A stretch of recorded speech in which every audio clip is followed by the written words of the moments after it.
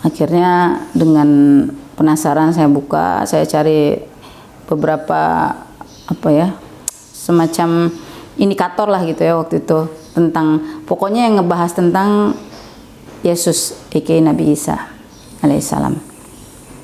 Qadarullah, justru dari ayat-ayat tentang Nabi Isa Allah izinkan saya menemukan kebenaran. Bismillahirrahmanirrahim. Ya ayyuhalladzina amanu udkhulu fis-silmi kaffah.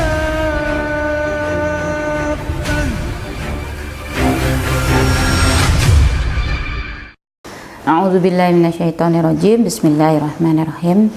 Assalamualaikum warahmatullahi wabarakatuh. Nama saya Anissa Teresia. Kalau dulu mungkin ada yang cukup familiar dengan nama panggilan saya di layar kaca ya, Tere. Saya dilahirkan dalam keluarga Nasrani beretnis suku Batak, Sumatera Utara. Lahir di Jakarta 2 September 2000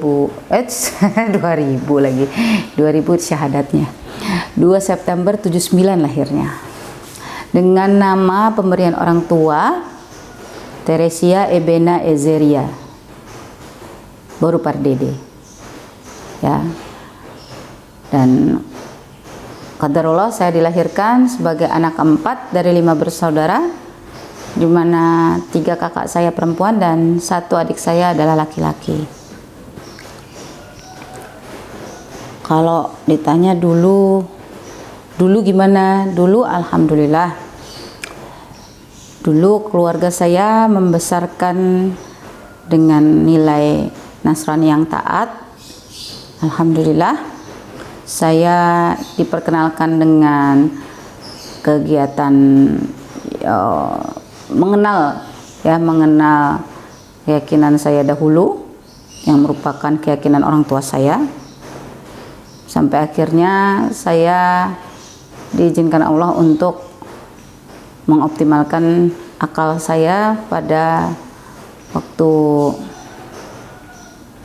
tepatnya sih pertanyaan itu sudah ada waktu SMP, tapi qadarullah waktu SMP harus dibendung karena pertanyaan tentang hal yang saya bingung waktu itu ya, tentang Nabi Isa alaihissalam, itu disuruh diterima padanya sebagai bagian dari keimanan agama saya terdahulu ya, Kristen Protestan.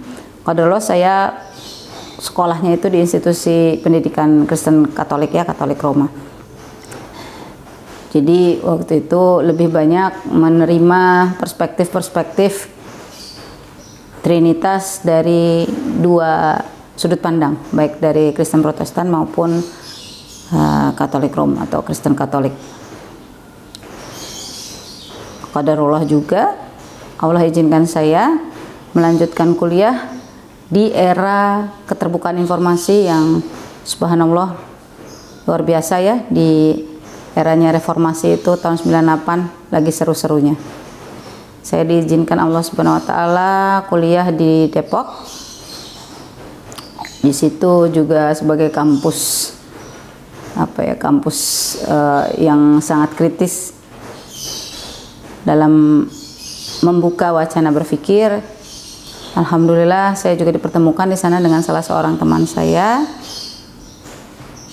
seorang muslimah juga, yang kalau dibilang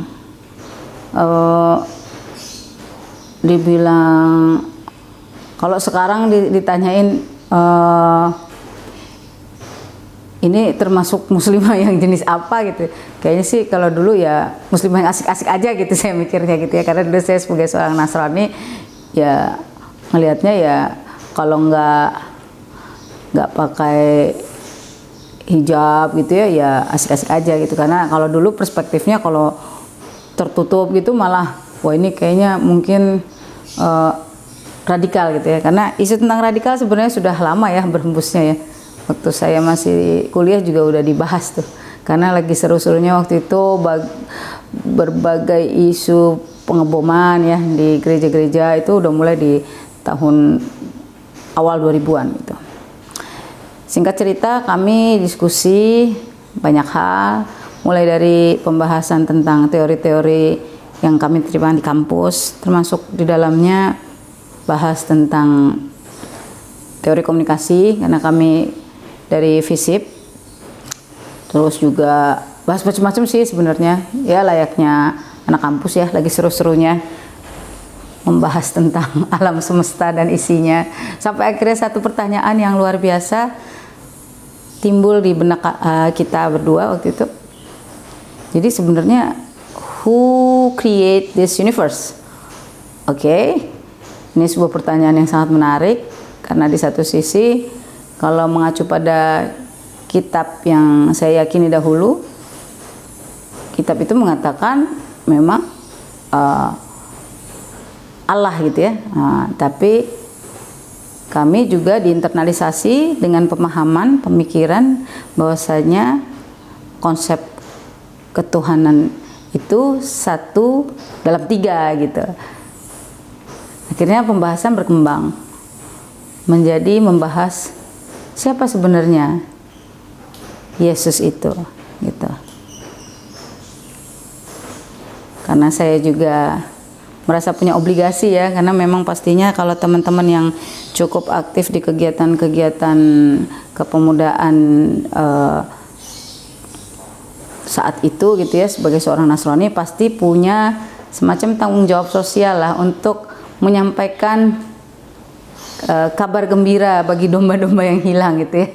Subhanallah. Jadi qadarullah teman saya ini juga keluarganya agak seru gitu ya.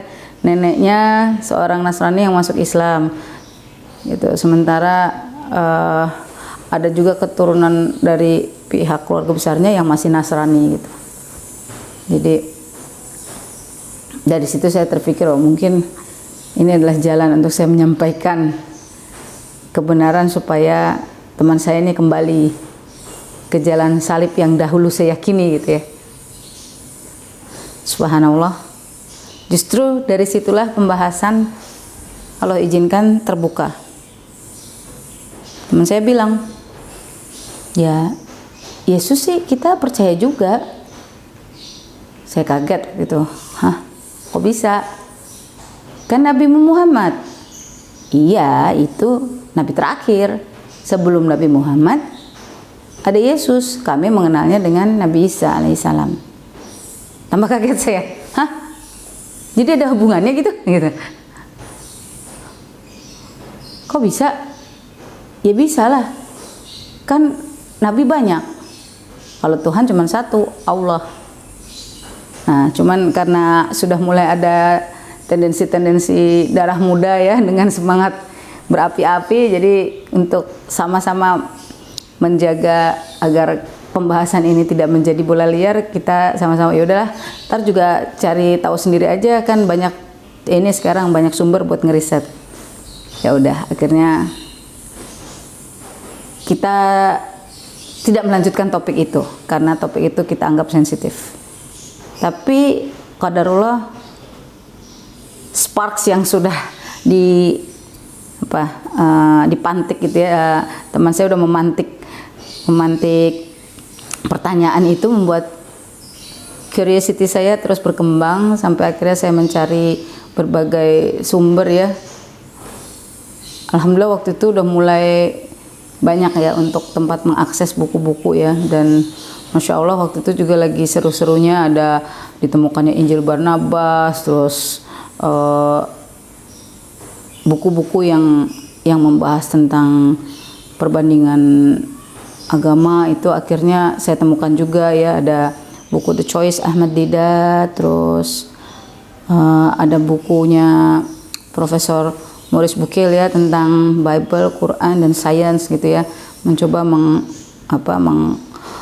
membedah lah, lebih tepatnya membedah perspektif-perspektif terkait dengan Bible, terkait dengan Al-Quran, yang hubungannya dengan sains gitu. Is it make sense or not gitu. Dan itu sih luar biasa ya, buku-buku yang menarik gitu ya. Saya juga sempat baca bukunya Karen Armstrong, Sejarah Tuhan, dan ada Dialog Tiga Agama Satu Tuhan, dan ada beberapa lainnya ya. Yang pada akhirnya semua itu merujuk pada referensi utama, which is ada Bible, ada Quran. Karena tidak puas gitu ya, akhirnya saya mulai kalau Bible waktu itu adalah kitab yang saya yakini sebagai kebenaran, lalu saya mulai penasaran nih dengan Quran yang merupakan kitab sucinya Muslim ya pada saat itu. Akhirnya dengan penasaran saya buka, saya cari beberapa semacam indikator lah gitu ya waktu itu, tentang pokoknya yang ngebahas tentang Yesus aka Nabi Isa alaihissalam. Qadarullah, justru dari ayat-ayat tentang Nabi Isa Allah izinkan saya menemukan kebenaran. Ada salah satu, sebenarnya nggak salah satu sih, banyak. Ada beberapa ya, karena saya mulainya dari belakang. Kalau teman-teman yang umum biasanya baca Bible kan normal gitu ya, dari sini ke sini gitu ya. Kan kalau Quran kan dibalik ya, gitu. Qadarullah, karena saya dulu suka sama benda-benda yang berbau Jepang-Jepangan kan dari belakang juga ya. Jadi nggak terlalu bingung gitu. Kalau kayak ada beberapa sahabat saya itu baca Quran langsung ketemu surat Al-Ikhlas gitu. Karena saya ngikutin dari awal, Al-Fatihahnya di depan, itu masih penuh dengan ada sejumlah asumsi lah ya, karena dulu juga kan ada pemahaman yang miskonsepsinya luar biasa ke saya gitu, bahwa ternyata umat Islam itu selalu minta ditunjukkan jalan yang lurus, karena mungkin mereka nggak pernah tahu jalan yang lurus, makanya minta terus kan gitu. Yang saya pahami dulu ya, miskonsepsi yang salah. Dan ketika saya baca surat Al-Fatihah itu juga saya masih berarti nggak firm nih kan gitu, nggak firm. Lah, baca lagi lanjutannya. Qadarullah, surat Al-Baqarah membahas tentang Nabi Ibrahim, kisah Abraham ya, kalau dulu saya mengenal Abraham, dan dari situ sudah mulai penasaran. Jadi sebenarnya siapa yang dikorbankan gitu ya.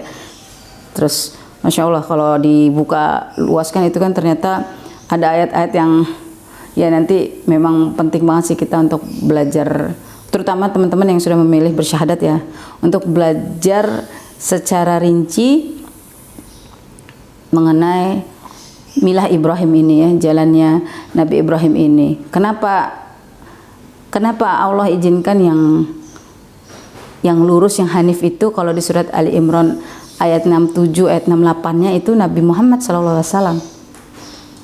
Gitu. Padahal yang mengklaim pengikutnya Nabi Ibrahim itu ya baik Yahudi maupun Nasrani mengklaim keduanya adalah pewaris agamanya Nabi Ibrahim gitu ya. Tapi kenapa Allah izinkan Nabi Muhammad yang diklaim valid di dalam surat Al-Imran ayat 67 gitu. Nah, sebelumnya itu saya sempat juga baca Al-Baqarah 253, dijelaskan bahwa memang Rasul itu ada yang dilebihkan beberapa derajat, termasuk diantaranya Nabi Isa alaihissalam ya. Allah izinkan beliau bisa menyembuhkan orang sakit, bahkan membangkitkan orang mati dengan izin Allah gitu. Dan terus kalau kita baca terus sampai akhirnya saya waktu itu ketemu surat An-Nisa ayat 157 dan 158 yang merupakan dalil yang menjelaskan dari perspektif Islam bahwasanya Nabi Isa alaihissalam bukanlah orang yang disalibkan, tapi Allah angkat beliau langsung ke langit sebagai bentuk kasih sayang dan karunia-Nya kepada Nabi Isa alaihissalam ya. Allah berikan itu kepada Nabi Isa untuk diselamatkan itu dengan skenario yang Masya Allah akhirnya setelah kita saya pelajari lebih dalam lagi, ternyata ada skenario akhir zaman yang harus dituntaskan oleh Nabi Isa alaihissalam. Masya Allah. Dan di ayat 171 dari surat An-Nisa itu adalah sebuah surat yang kalau saya bilang itu surat cinta Allah buat saya gitu ya, dan insya Allah buat orang-orang yang mengaku ahlul kitab ya, orang-orang Nasrani. Insya Allah itu adalah surat yang Allah kasih direct message buat kita, yang isinya kurang lebih Bismillahirrahmanirrahim. Wahai ahli kitab, janganlah engkau berlebih-lebihan dalam agamamu, karena sesungguhnya Nabi Isa putra Maryam itu adalah seorang rasul yang diperkuat dengan Ruhul Kudus gitu ya. Jadi jangan katakan Tuhan itu 3 gitu, itu kayak jelas banget, definitif gitu ya. Allah itu ahad, bukan trinitas. Dari situ Allah berikan, Masya Allah ya, saya seperti ditarik gitu, kayak disedot dari ruang gelap yang hampa menuju cahaya terang ya. Minadzulumati ilan nur. Allah janjikan itu ya pada orang-orang yang ia kehendaki untuk mendapatkan cahaya hidayah. Walaupun memang nggak mudah prosesnya, saya sempat mengalami gegar kepercayaan ya, saya menyebutnya ya, karena stres gitu ya. Jadi selama ini saya mendapatkan informasi yang tidak valid gitu. Dan itu juga membuat saya seperti kayak mungkin kayak protes gitu ya. Kok bisa sih, kenapa harus saya taunya sekarang, kenapa saya dapatnya di keluarga yang tidak muslim gitu, yang subhanallah banyak sekali waktu itu pertanyaan saya, sampai akhirnya saya sempat agnostik, karena di satu sisi saya melihat ajaran yang disampaikan dalam kitab suci ini adalah kebenaran gitu, karena banyak sekali validitas yang apa ya istilahnya, konstruksi dari Al-Quran itu memang kalau kita baca secara komprehensif itu luar biasa gitu. Banyak sekali keterangan-keterangan yang sangat ilmiah di dalamnya gitu. Sementara saya sendiri menyadari bahwa kitab suci yang saya yakini dahulu punya banyak black hole ya, kalau saya sebutnya black hole gitu, karena mulai dari kisah silsilahnya Yesus atau Nabi Isa alaihissalam aja ada kejanggalan, ada antara versi Injil yang satu dengan Injil yang lain gitu ya. Terus juga ayat yang satu dengan ayat yang lain juga ada beberapa yang kontradiktif gitu. Makanya ketika saya melihat perbandingannya yang sangat berbeda gitu, itu sebenarnya di satu sisi saya sudah mulai melihat secara ilmiah ini lebih bisa dipertanggungjawabkan gitu. Apalagi kalau buku Profesor Maurice Bucaille itu kan Masya Allah ya, dia menemukan kadar garam dari mumi Fir'aun yang qadarullah, ternyata itu yang di surat Yunus ayat 92 ya, Masya Allah, yang Allah selamatkan jasad Fir'aun yang merupakan target dakwah dari Nabi Musa alaihissalam, yang memang desainnya adalah untuk jadi bahan pelajaran, tapi kebanyakan orang tetap tidak ngerti, tidak mau belajar. Subhanallah. Itu, dan kisah masuk Islamnya Profesor Maurice Bucaille itu juga cukup menginspirasi saya waktu itu gitu.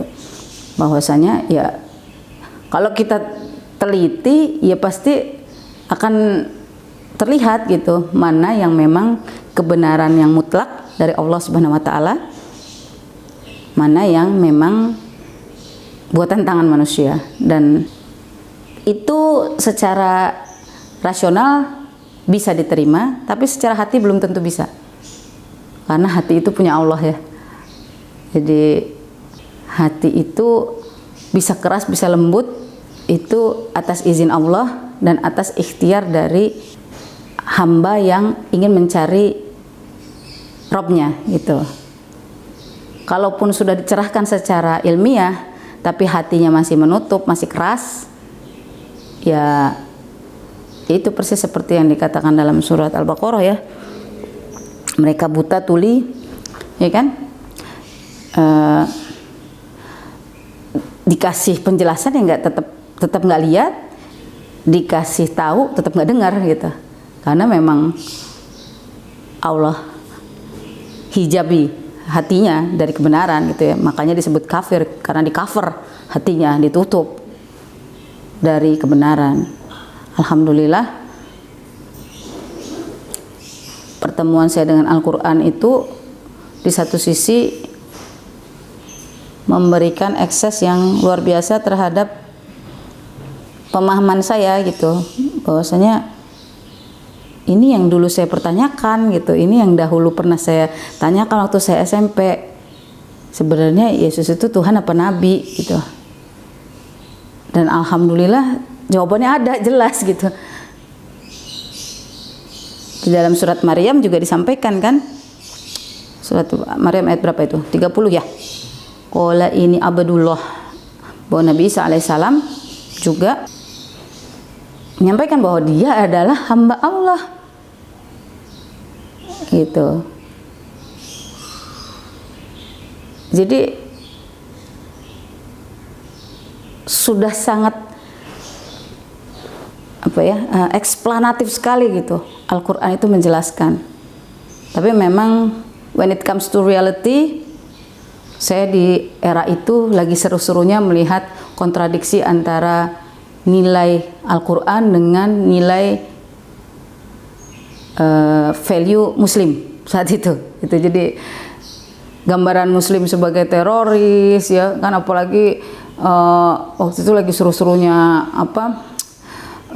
banyak kerusuhan lah ya, kerusuhan Poso lah, kerusuhan banyak banget deh pokoknya waktu itu. Ini saya ingat beberapa gereja juga dibom waktu itu ya, subhanallah. Saya nggak tahu lah itu yang pasti yang terkena dampaknya adalah image Muslim. Wallahu alam apakah itu settingan politik atau lain sebagainya, tapi yang kena dampaknya dari image Muslim.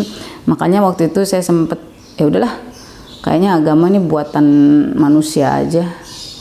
Yang penting saya tahu Tuhan itu satu dan saya nggak perlu milih agama lah, agama kan buatan manusia, kan Tuhan maha tahu.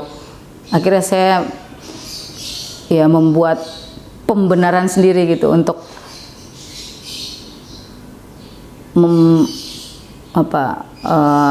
membuat jalur komunikasi alternatif versi saya gitu dengan Rob saya gitu ya. Walaupun sebenarnya saya ngerasa ini kayaknya nggak benar juga sih, tapi ya udahlah, saya juga pusing gitu. Sampai akhirnya qadarullah saya dikasih kode keras lainnya, which is ketika suatu ketika saya diizinkan Allah untuk merasakan tidur tapi kayak real gitu tidurnya. Dan dalam mimpi saya itu saya merasa saya dalam sebuah tempat yang sangat sempit, gelap, sesek ya. Saya merefer itu apakah ini liang lahat ya, liang kubur gitu ya. Yang jelas waktu itu sangat gelap kondisinya, dan subhanallah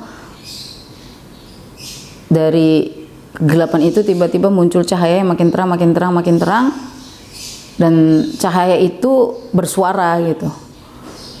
Saya nggak ingat persisnya bahasanya apa, tapi yang saya dapat maknakan adalah ada pertanyaannya itu, siapa Tuhanmu, siapa nabimu gitu. La haula wala quwata illa billah. Qadarullah Allah izinkan saya bangun dalam kondisi basah kuyup, keringetan, saya shock gitu ya, kayak berasa beneran habis mati gitu. Subhanallah. Alhamdulillah dari situ saya semakin ngerasa oke, kayaknya nggak perlu dipertanyakan lagi, bukti sudah nyata ya. Ya udah, mau nggak mau, suka nggak suka, harus berserah diri gitu. Alhamdulillah Allah mudahkan saya. 2 September 2000 saya diizinkan Allah Subhanahu wa taala bersyahadat di Masjid Raya Pondok Indah, dibantu oleh teman saya yang waktu itu awalnya mensyiarkan dalam bahasa dakwah gaul sehari-hari ya, Yesus itu Nabi Isa. Oke, Masya Allah. Dari situ Allah kasih pintu hidayah, Allah izinkan saya mengucapkan kalimat syahadat, dan alhamdulillah saat itu saya sudah secara definitif bisa disebut seorang muslimah. Tapi rupanya perjalanan tidak bisa dibilang sudah selesai gitu ya dengan menjadi seorang mualaf, sudah enggak, justru malah itu baru pintunya baru terbuka gitu, saatnya melangkah. Dan Masya Allah ternyata perjalanan menuju Islam yang sejati gitu ya, yang kafah sebagaimana Al-Quran menyatakan, ya kita memang harus kafah, harus masuklah Islam secara keseluruhan, nggak cuma berserah tapi beriman. Dan level selanjutnya adalah kita harus menjadi seorang yang muhsin dan mukhlis gitu ya. Subhanallah. Kalau bicara tentang perjalanan setelah bersyahadat, la haula wala quwata illa billah, disitulah justru saya merasakan betul bagaimana effort memelihara hidayah itu tidak kalah penting dengan effort menjemput hidayah. Jadi setelah dijemput, memang step berikutnya dipelihara. Dipeliharanya dengan apa? Dengan ilmu. Makanya dengan ilmu dan tentunya plus adab ya. Makanya kalau di hadis juga kan disampaikan kan bahwa diwajibkan atas setiap muslimin itu menimba ilmu gitu. Karena memang ilmu ini adalah tools kita untuk mengenal Rabb kita, untuk mengenal agama kita, untuk mengenal Rasulullah Shallallahu Alaihi Wasallam ya, sebagai khataman anbiya yang juga insya Allah akan menjadi pembuka pintu surga untuk kita semua gitu ya. Karena sebagai nabi akhir zaman, beliaulah yang memang punya tugas menyampaikan risalah kebenaran Al-Quran untuk seluruh umat manusia, tidak hanya terbatas bagi kaum tertentu saja. Dan subhanallah, lagi-lagi disitulah journey yang luar biasa Allah izinkan ke saya, ups and down dari keimanan yang Allah izinkan, rupanya justru adalah sebuah skenario besar dari Allah untuk membuat saya semakin menghargai, semakin merasakan kenikmatan dari menggenggam erat agama Islam ini. Masya Allah. Saya itu butuh waktu mungkin sekitar 14 tahun ya, sampai Allah izinkan saya bisa membaca Al-Quran huruf hijaiyahnya. Jadi sejak saya syahadat, itu qadarullah saya tidak menemukan apa ya, mungkin tidak menemukan, bukan berarti ada guru waktu itu, cuman saya nggak ngerasa ngeklik gitu ya. Lagi pula waktu itu saya tidak bertemu dengan ustazah, ketemunya ustadz gitu, jadi ada rikuh lah ya, ada kurang nyaman gitu ya, sebagai karena ustadz ini kita muslimah gitu ya. Jadi proses pembelajarannya itu tertatih-tatih, dan qadarullah waktu itu juga banyak isu juga ya tentang radikalisme ya, yang sempat kalau teman-teman pernah dengar, hati-hati NII gitu. Pernah tahu mungkin ya, mudah-mudahan biar ngeh gitu apa sih sebenarnya yang terjadi dengan Islam di Indonesia gitu ya, sejarah Islam di Indonesia kayak apa gitu.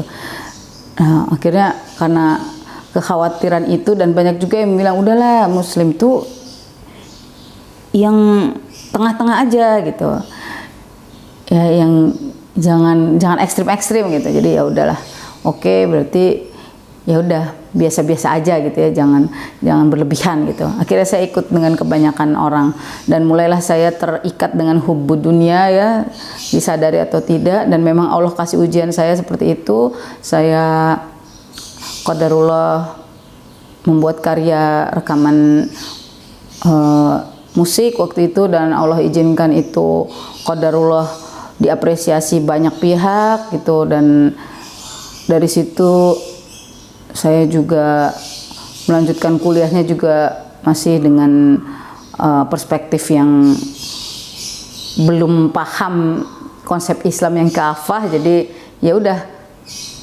kena paparan sekularisasi tanpa saya sadari gitu ya. Termasuk diantaranya paparan perspektif feminisme. Qadarullah, Allah izinkan saya lebih lanjut lagi itu melangkah ke arena politik praktis. Saya lulus dari S1, saya sempat aktif kegiatan kemanusiaan di beberapa tempat. Lalu Allah izinkan saya menjadi bagian dari parlemen sempat beberapa lama, tapi qadarullah Allah kasih sebuah twist yang menarik ya. Subhanallah. Orang tua saya sakit keduanya dan tidak lama berselang satu persatu pulang ke rahmatullah. Ibu saya meninggal 2012. Waktu itu cancer. Tapi ada dua hal yang beliau pesankan ke saya sebelum beliau berpulang.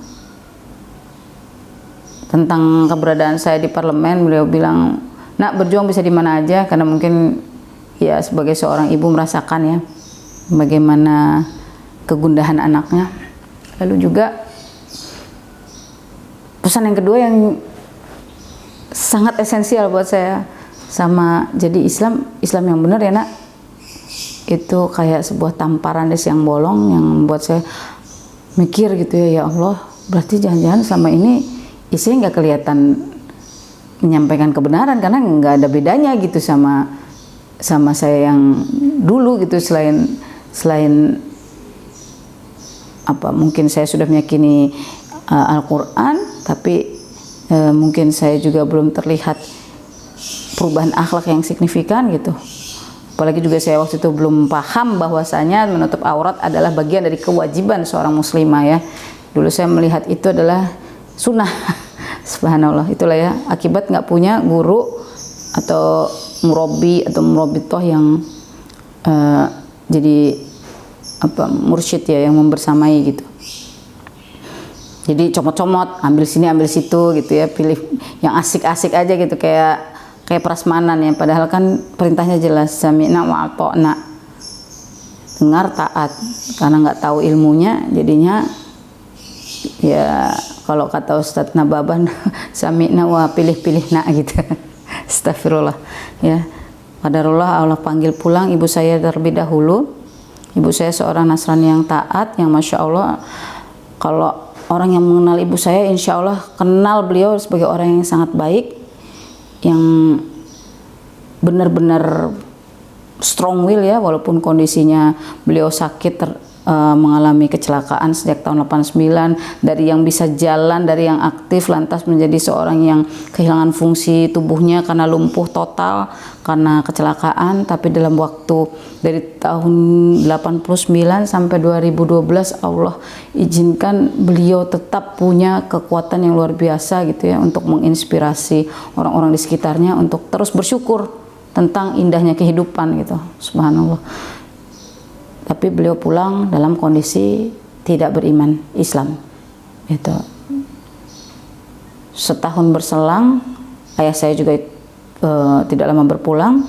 Ayah saya punya riwayat sakit jantung dan gula ya, diabetes. Terakhir kakinya itu sudah menghitam dan harusnya sudah diamputasi, tapi beliau tidak mau. Dan yang paling menyedihkan saat itu buat saya adalah bukan karena kondisi fisiknya, tetapi keadaan bahwasanya ayah saya akhirnya memilih untuk kembali ke agama lamanya. Jadi ayah saya ini qadarullah sebelum saya masuk Islam bersyahadat, beliau itu sudah bersyahadat lebih dulu gitu. Bahkan beliau yang merekomendasikan, sama ustadz ini aja belajar, dan yang mensyahadatkan saya waktu itu adalah ustadz yang juga mensyahadatkan beliau gitu. Itu sedih banget sih buat saya, karena lagi-lagi ya kita nggak pernah tahu ending kita kayak apa. Dan ayah saya meninggal dalam keadaan mundur dari Islam. Dan di Al-Quran sih jelas ya, kalau kita lihat surat Ali Imran tuh yang paling nyata tuh ya, masih lihat bahwa ya Allah sih nggak butuh kita, mau kita murtad juga nggak ada dampaknya buat agama Allah gitu, yang rugi kita. Tapi yang paling menyedihkan buat saya waktu itu adalah karena saya itu sudah dikasih intuisi lagi ya, qadarullah, saya dikasih mimpi juga sama Allah. Lagi-lagi cahaya itu bertanya, ada cahaya dalam mimpi saya yang bertanya, tanyakan ayahmu ingin meninggal secara Islam atau enggak gitu. Dan itu berulang-ulang sampai akhirnya saya nggak tega kan, mau nanya lagi di rumah sakit gitu. Subhanallah ya, cuman kalau nggak ditanya kok kayaknya saya merasa berdosa gitu ya, ini kayak dapat pesan lagi gitu. La haula wala quwata illa billah. Pas saya mau coba tanya, qadarullah KTP-nya udah ganti. Jadi itu hanya berselang beberapa hari lah gitu. Ya sudahlah, akhirnya saya berusaha untuk menerima kenyataan itu. Ayah saya berpulang dalam keadaan mundur. Dari situ saya merasa itulah peringatan terbesar yang Allah berikan ke saya, bahwa sebaik-baik pelajaran adalah kematian, dan orang-orang yang Allah izinkan punya kecerdasan adalah orang-orang yang mengingat mati sebelum ia mati. Jadi waktu itu saya ngerasain banget, saya kayak ya mungkin nggak depresi sih, tapi lebih ke hampa gitu ya, kayak ya Allah, orang tua saya meninggal secara bukan Islam. Saya nggak mungkin bisa doain orang tua kayak orang-orang lainnya gitu ya, yang umumnya ya kamu nanti ini ya kasih zakat, atau kamu melakukan kebaikan amal jariah atas nama orang tuamu. Itu udah nggak mempan gitu kan, karena di surat Al-Ahqaf juga kan Nabi Muhammad SAW juga diingatkan kan bahwa kamu nggak bisa ngasih hidayah kepada siapa yang kamu sukai gitu. Itu sedih banget rasanya, dan qadarullah waktu itu saya ingat banget, saya nangis di sajadah, saya minta sama Allah, ya Allah, saya nggak mau meninggal dalam keadaan selain Islam. Saya mau saya meninggal sebagai seorang muslimah, dan saya ingin diberikan kesempatan untuk memperbaiki diri dari semua kejahilan saya ini gitu. Alhamdulillah Allah kasih jawabannya. Tahun 2014 kalau nggak salah ya, saya diizinkan Allah ketemu dengan almarhumah Umi Irma, guru ngaji pertama saya, yang benar-benar saya alhamdulillah melalui wasilah ajaran beliau itu diizinkan Allah khatam Al-Quran pertama kali. Allahu Akbar. Dari yang tadinya ini yang ba yang mana, yang nun yang mana ya titiknya yang mana gitu. Kalau teman-teman yang qadarullah belajar ngajinya agak terlambat gitu ya, apalagi yang karena tidak dari kecil dibiasakan gitu ya, apalagi yang memang bukan dibesarkan dari keluarga muslim, insya Allah bisa merasakan juga ya itu ya, betapa perjuangan terseok-seoknya mempelajari huruf-huruf hijaiyah. Tapi Allahu Akbar, ternyata itulah indahnya Islam. Qadarullah Allah izinkan saya bertemu dengan guru saya ini, nggak cuma ngajarin hurufnya, tapi ngajarin adabnya. Allahu Akbar. Dulu saya nggak tahu kalau megang Al-Quran tuh harusnya wudu, tutup aurat, hadap kiblat, itulah adab terbaik kita dalam berinteraksi dengan Al-Quran. Dulu nggak tahu saya. Dulu saya baca Al-Quran kayak baca komik gitu, santai aja gitu bacanya saat gitu. La haula wala quwata illa billah. Dari situ Allah kasih keberkahan ilmu, masya Allah. Itulah makanya penting banget kita berguru dengan guru yang insya Allah bersambung sanad keilmuan dan bersambung karakter dengan karakter Rasulullah SAW, karakter waliullah. Gitu. Kelihatan kok orang-orang yang Allah bersihkan dengan kalam Allah itu, cahaya di wajahnya itu insya Allah cahaya nur ilahi ya, insya Allah seperti itu. Dan alhamdulillah dari situ Allah bukakan bagi pintu-pintu keindahan taufik hidayah. Akhirnya saya mengenal bahwasanya Al-Ahzab 56 itu perintahnya jelas untuk orang-orang yang ingin disebut beriman. Tutuplah aurat, panjangkan, julurkan jalabib jilbabmu agar kamu mudah dikenali sebagai seorang muslimah dan tidak diganggu. Masya Allah. Afwan, itu Al-Ahzab 59 ya. Al-Ahzab 56-nya itu tentang sholawat. Itu juga saya punya story juga tentang sholawat waktu itu. Jadi saya pernah ada di episode Futur yang sedemikian rupa. Saya pikir saya sudah berusaha untuk melakukan yang terbaik, tapi kok Allah ngasih ujian lagi gitu. Qadarullah, Allah kasih. Waktu itu saya masih belum bisa ngaji itu. Lagi berusaha ngaji tapi belum bisa ngaji. Allah kasih keindahan agama Islam lewat indahnya sholawat. Masya Allah. Ya, Al-Fatihah buat UJ ya, Ustadz Jeffrey Al-Bukhari, yang Allah jadikan wasilah buat saya mendengar keindahan sholawat. Masya Allah. Allahumma sholli ala Sayyidina Muhammad wa ala Sayyidina Muhammad. Karena memang ternyata untuk mencintai agama ini kita harus mencintai Rasulullah SAW, dan salah satu cara untuk mencintai Rasulullah adalah bersolawat kepadanya, karena Allah dan para malaikat pun bersolawat kepada Rasulullah SAW. Bicara solawat, orang mungkin banyak yang merasa ya solawat kan udah pas lagi tahiyatul awal maupun tahiyat akhir. Ya, memang itu adalah syarat wajibnya sahnya salat kita. Tapi rupanya untuk bisa mendapatkan kedalaman ya, kecintaan yang tadi saya katakan, kecintaan kepada agama ini, kecintaan kepada Al-Qur'an, kecintaan kepada Rasulullah, itu perlu semacam bridging gitu ya. Alhamdulillah kalau yang sudah bisa sampai ke frekuensi keindahan Al-Quran, insya Allah dia pasti akan otomatis bisa menemukan keindahan indahnya bersolawat. Tapi buat orang-orang yang waktu itu seperti saya ya, yang hijrah tapi belum punya ide hijrahnya ini arahnya apa, udah bener apa belum gitu ya. Dan waktu itu juga belum bisa baca Al-Quran. Subhanallah. Dengan hantaman hiruk pikuk dari serangan-serangan, katakanlah musik-musik atau audio yang berhubungan dengan dunia gitu, ya sholawat itu benar-benar jadi way out, solusi buat saya gitu. Karena saya ingin merasakan frekuensi Allah, keindahan bersyukur dan memberikan doa penghormatan untuk Rasulullah, yaitu lewat sholawat gitu. Buat orang-orang yang belum paham tentang keindahan sholawat mungkin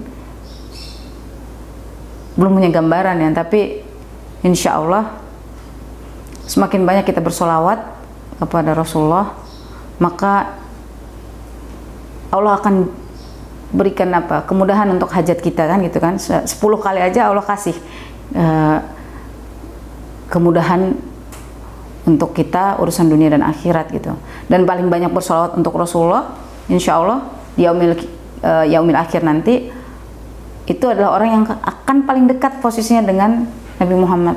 Masya Allah.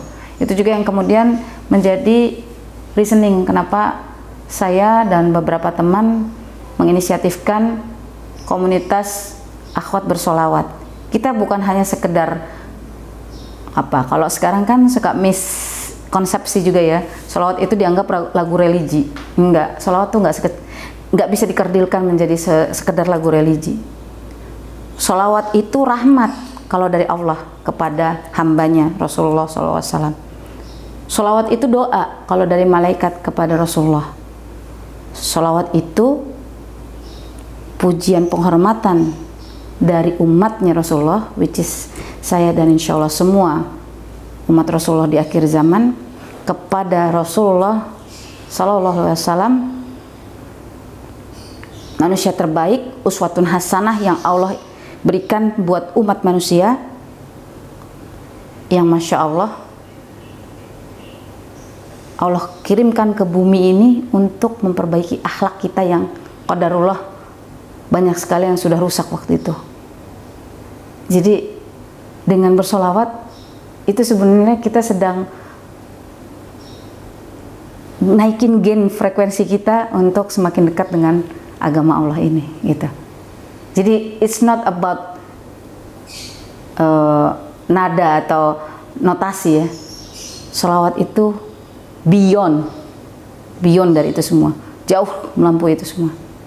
Makanya di akhwat bersholawat kami mengikhtiarkan bukan sekedar rekaman sholawat, tapi kita mencari esensi dari ini semua. Karena kalau kita bicara salah satu hadis yang harus kita ingat selalu ya, dari hadis Arba'in kan waktu itu kan diingatkan oleh malaikat Jibril. Pasti teman-teman tahu lah ya, ketika Rasulullah SAW sedang memberikan pengajaran kepada sahabat-sahabatnya, lalu datanglah seorang musafir yang tampaknya tidak seperti musafir ya, kok bersih, dia bercahaya gitu. Kalau musafir kan biasanya kotor, dia dekil, ini kok keren amat gitu ya. Dan beliau bertanya kepada Rasulullah, katakan kepada saya apa itu iman, apa itu Islam, apa itu ihsan, dan kapan terjadinya kiamat gitu. Saya yakin teman-teman insya Allah sudah pada paham ya. Nah, 4 poin itulah yang harusnya kita umat Islam itu sudah firm di situ. Iman, Islam, ihsan, dan persiapan sebagai umat akhir zaman. Mengenali tanda-tanda bahwa waktunya akan berakhir gitu.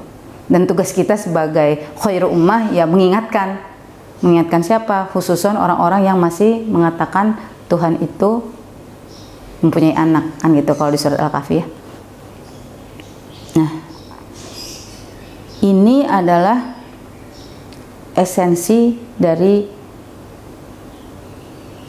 Islam yang sesungguhnya. Karena Islam bukan sekedar sholat, bukan sekedar puasa, bukan sekedar bayar zakat, tapi Islam adalah kebenaran dari Allah yang Allah berikan lewat hambanya yang ummi ya, Rasulullah SAW, dalam sebuah kalam Allah yang lengkap, yang membenarkan kitab-kitab sebelumnya, yang menjadi acuan syariat yang utuh, yang harus diterapkan oleh siapapun yang mengaku muslim berserah diri, agar semua perjalanan hidupnya itu diridhoi Allah, masuk Islam secara kafah keseluruhan, menegakkan nilai-nilai Islam secara kafah, dan memperjuangkan Islam sampai akhirnya nanti episode terakhir umat manusia akan ada pemimpin yang menerapkan ajaran ini sesuai jalannya Rasulullah, khilafah min hajin nubuwah.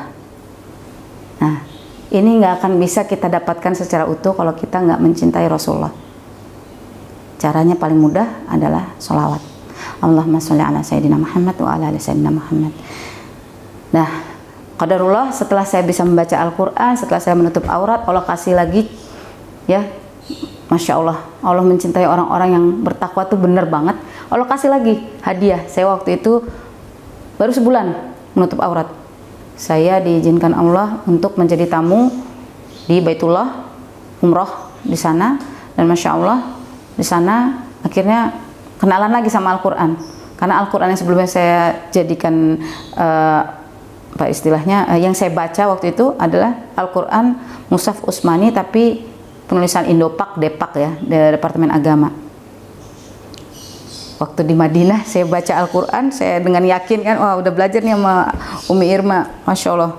Pas dibuka, kok nggak bisa dibaca ya, kok bingung gitu.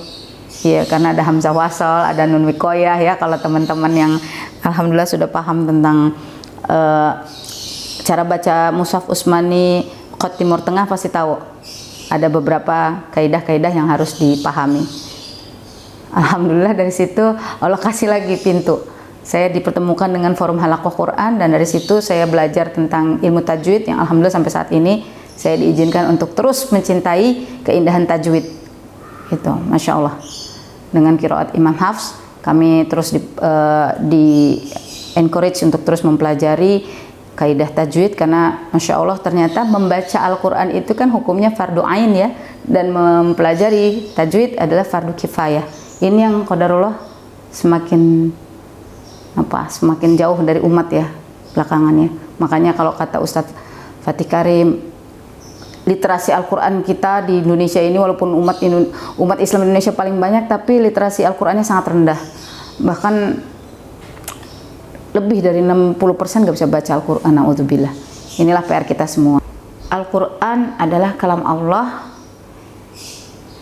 yang mulia, yang diturunkan di malam Qadar yang mulia, yang dibawa oleh malaikat Jibril yang mulia di bulan Ramadan yang mulia, diterima oleh hamba Allah yang mulia Rasulullah SAW, dan menjadi risalah yang harus disampaikan oleh umat yang mulia, khairu ummah, umat Islam yang menjadi umat akhir zaman, yang insya Allah punya tugas bersama untuk menggambarkan keindahan Islam lewat kepribadian yang mulia ya. Jadi itulah kemuliaan Al-Quran dan dampaknya kepada orang-orang yang berinteraksi, kepada siapapun yang berinteraksi dengan Al-Quran.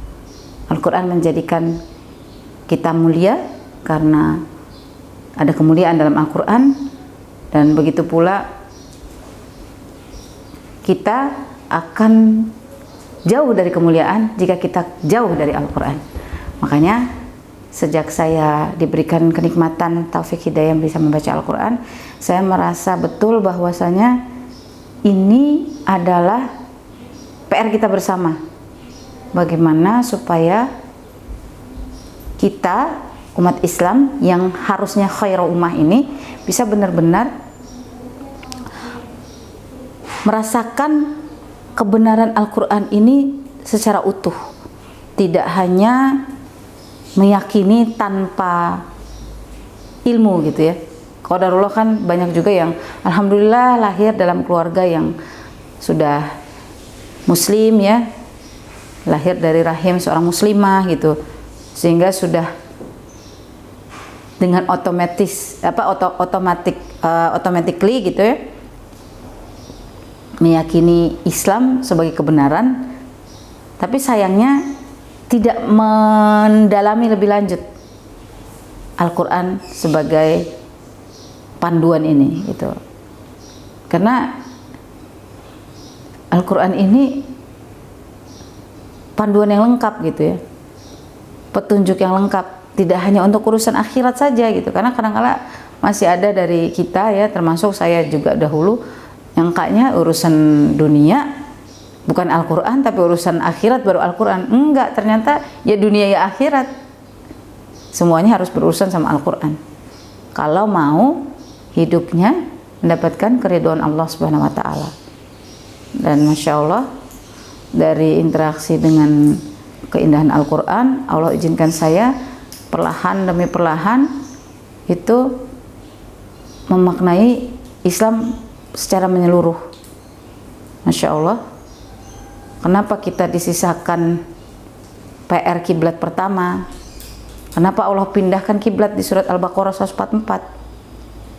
Kenapa nanti akan ada Nabi Isa yang ditugaskan di akhir zaman di surat Az-Zukhruf untuk episode terakhir dari umat manusia?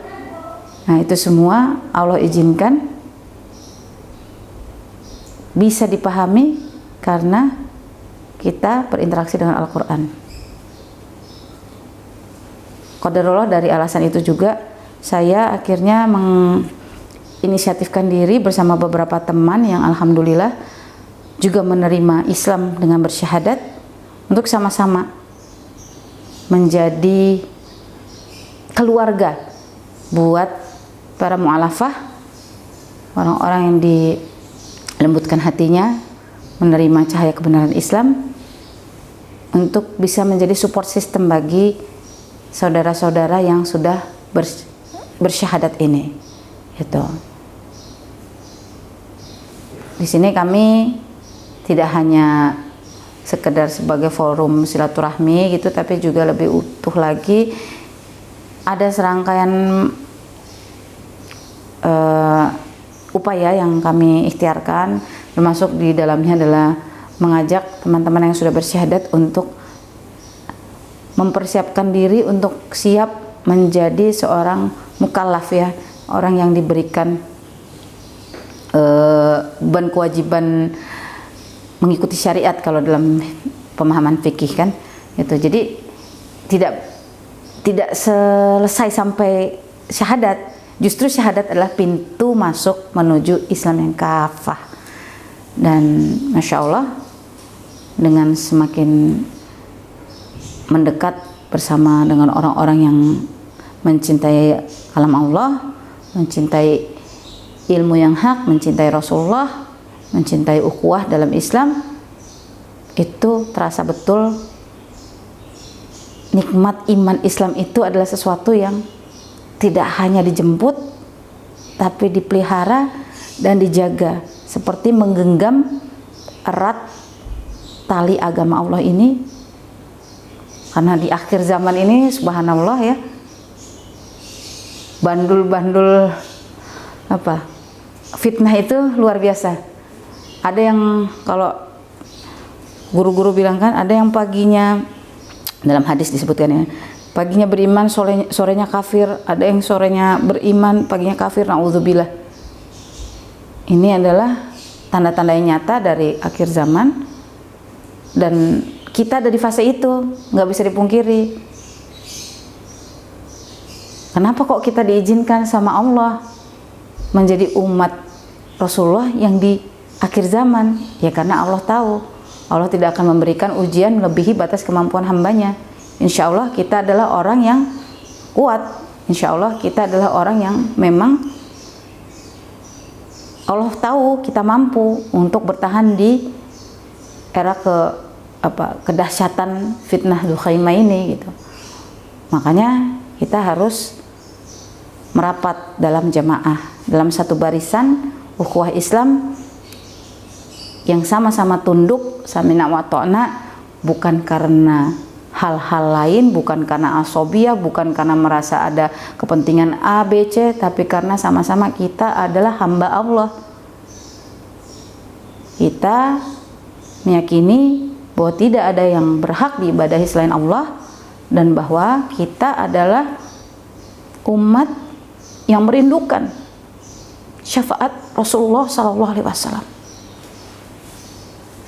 Insya Allah itulah niat yang jadi dasar kami membuat komunitas Sister Filah Mu'alafah, dan juga tadi akhwat bersolawat, sebagaimana layaknya kaum muhajirin dan ansor yang Allah perintahkan pada Rasulullah untuk dipersaudarakan. Mungkin yang kebanyakan yang di komunitas akhwat bersolawat itu kebanyakan memang sudah lebih dulu Islam gitu ya, tapi baru mulai proses hijrah gitu. Sementara kalau yang Sister Filah Mu'alafah ini ya memang perjalanannya menemukan Islam ya dengan berhijrah gitu. Nah, kami menganalogikannya ya ini adalah kaum muhajirin dan ansor yang memang harus dipersatukan, harus dipersaudarakan supaya kita bisa menjadi satu tubuh sebagaimana yang Rasulullah sabdakan. Islam itu satu tubuh. Kalau ada satu bagian yang sakit, bagian tubuh yang lain ikut merasakan. Jadi kita bisa ikut merasakan apa penderitaan yang dirasakan oleh saudara-saudara kita di bumi Palestina, karena kita adalah satu umat Islam. Begitupun juga yang mungkin di Uhyur ya, mungkin yang di Rohingya ya, di berbagai tempat lainnya. Karena memang kita ini harusnya bersatu, umat Islam harusnya bersatu. Tapi ya inilah PR kita ya. Karena satu-satunya doa yang Rasulullah panjatkan yang tidak diaminkan oleh Allah, yang tidak dikabulkan ya adalah persatuan umat. Jadi kitanya memang harus ikhtiar untuk bersatu. Ada satu pesan yang Masya Allah saya ingat banget dari Amirul Mukminin ya, seorang mu'alaf yang kalau kita dapatkan kisahnya itu ya luar biasa. Seorang sahabat Rasulullah Umar bin Khattab yang tadinya sebegitu kerasnya gitu ya, Allah izinkan masuk Islam dan menjadi orang yang sebegitu tegasnya. Beliau berkata, kita ini mulia karena Islam. Janganlah kita meninggalkan Islam, karena dengan meninggalkan Islam kita kehilangan kemuliaan itu. Makanya ya harus kafah.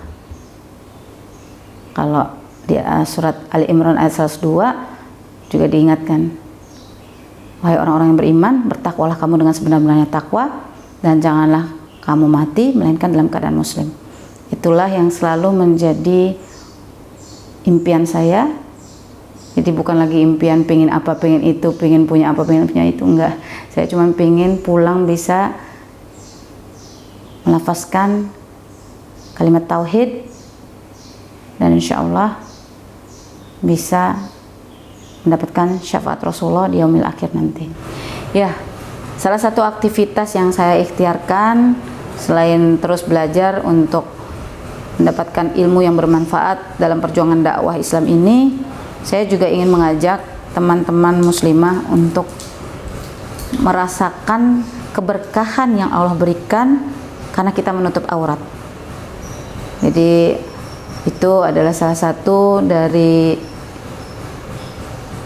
alasan kenapa Taqwa Clothing kami ikhtiarkan, khususan buat saudara-saudara yang baru bersyahadat ya, karena mungkin tidak sedikit dari teman-teman yang baru bersyahadat itu masih bingung sebenarnya keberadaan hijab itu apa bedanya jilbab, apa bedanya khimar, apa bedanya gamis gitu ya, terus batasannya semana, terus kapan harus dipakai. Nah, itu adalah bagian dari tanggung jawab setiap muslimah sebenarnya untuk menyampaikan ilmu itu kepada orang-orang yang belum paham.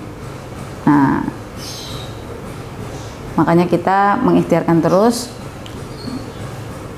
Taqwa Clothing dengan sharing di Taqwa Sharing gitu ya. Jadi insya Allah orang-orang yang sudah merasakan keberkahan, kenikmatan dari menutup aurat bisa juga berbagi di situ dan menginspirasi serta memotivasi teman-teman muslimah lainnya untuk juga menjemput taufik hidayah menutup aurat, karena sebagaimana disampaikan di surat Al-Ahzab ayat 59, terus juga di surat An-Nur juga ya diingatkan bahwa kita memang sudah harus menutup auratnya ya, kecuali kepada mahram gitu.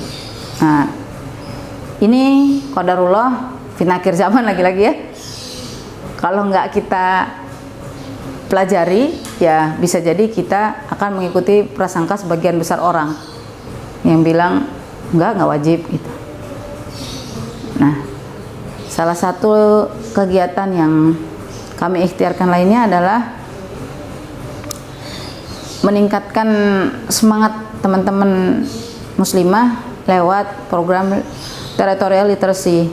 Jadi Masya Allah, kan ayat pertama yang Allah izinkan turun ke bumi manusia itu dalam Al-Quran itu kan perintah membaca ya, sampai Rasulullah, kalau kita ingat di sirah ya Allah, rasanya itu terharu banget. Diminta ikro ma'ana biqori gitu kan, nggak bisa baca, ikro sampai 3 kali. Lalu berikutnya adalah ayat pertama yang lengkap. Bismillahirrahmanirrahim. Bacalah dengan nama Tuhanmu yang menciptakan. Masya Allah. Disinilah kuncinya ilmu. Karena nggak bisa sekedar baca. Baca harus dengan hikmah. Hikmah dari mana? Dari Allah. Makanya lagi-lagi saya terpacu untuk yuk teman-teman muslimah, yuk khususan muslimah ya, karena muslimah ini kan madrasatul ula yang nantinya akan punya tugas yang luar biasa untuk mempersiapkan sebuah generasi Islam yang lebih baik dari generasi sebelumnya. Bagaimana mungkin kita bisa mempersiapkan generasi Islam yang lebih baik kalau kita sendiri nggak punya ilmunya, nggak suka baca, dan cuma berdasarkan prasangka. Na'udzubillah. Makanya kita perlu mempersiapkan itu. Kita pengen umat Islam berdiri tegak di muka bumi dengan sistem kepemimpinan yang sebagaimana layaknya kekhilafahan Utsmani dan masa-masa terdahulu lah ya, Abbasiyah, Umayyah yang terbaiknya gitu. Tentu saja Khulafaur Rasyidin. Tapi gimana kita bisa sampai di titik itu kalau kita aja yang mau mempersiapkan itu nggak punya ilmunya, nggak punya adabnya, nggak punya toolsnya untuk mempersiapkan itu gitu. Padahal kalau udah kasih bahan bakunya, Rasulullah sendiri bersabda kan, sudah kutinggalkan 2 perkara yang kamu tidak akan tersesat kalau kamu pegangan terus di dalamnya, Al-Quran dan As-Sunnah. Ya, tapi memang kita harus sama-sama berkaca. Seberapa dekat sih kita dengan Al-Quran dan As-Sunnah? Apakah kita tiap hari sudah siap memprioritaskan waktu kita yang ada untuk mendalami ayat-ayat Al-Quran, untuk mentadaburi keindahan pesan-pesan kalam Allah ini, dan untuk merenungi pelajaran-pelajaran yang Rasulullah sampaikan, Rasulullah contohkan dalam kisah-kisah perjuangan dakwah beliau gitu. Nah ini makanya lagi-lagi baca, nggak ada pilihan selain baca. Baca ini nggak cuma yang literally buku, tapi juga membaca tanda gitu. Wal 'asr innal insana lafi khusr illa alladziina aamanu wa 'amilus shalihati wa tawassaw bil haqqi wa tawassaw bis sabr. Pesan terbaik adalah saling mengingatkan bahwasanya kita semua adalah merugi. Demi masa kita semua merugi, kecuali orang-orang yang beriman, beramal soleh, saling mengingatkan dalam kebenaran, saling mengingatkan dalam kesabaran. Insya Allah orang-orang yang termasuk dalam kategori ini, mukmin, mukminati, mukminun ya secara jamaknya, insya Allah bisa menjalankan tugas ini, saling mengingatkan.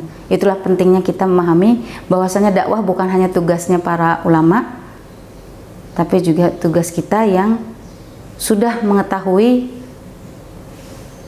kewajiban kita sebagai seorang muslim, muslimah, agar kita bisa saling mengingatkan dengan cara terbaik, dakwah bilhal, dengan perilaku, dengan tutur kata terbaik, dengan perbuatan terbaik, dengan akhlak terbaik, sebagaimana yang Rasulullah SAW contohkan, agar kita bisa menjadi sebaik-baik umat yang bisa menyampaikan keindahan Islam, keindahan Al-Quran kepada seluruh orang-orang yang ada di sekitar kita. Semoga Allah kuatkan kesabaran kita dalam menyampaikan kebenaran ini. Semoga Allah berikan kedamaian di dalam hati kita untuk bisa bersabar, karena pahala sabar insya Allah disempurnakan tanpa batas di akhirat nanti. Dan semoga kita adalah orang-orang yang kuat dalam kesabaran menyampaikan kebenaran Islam sampai waktu ajal kita habis. Insyaallah. La haula wala quwata illa billah. Allahumma sholli ala sayyidina Muhammad wa ala ali sayyidina Muhammad. Mohon maaf lahir batin, inilah sebagian kisah dari saya, semoga bisa menjadi ibrah yang bermanfaat untuk meningkatkan iman dan takwa kita semuanya. Barakallahu fikum. Assalamualaikum warahmatullahi wabarakatuh.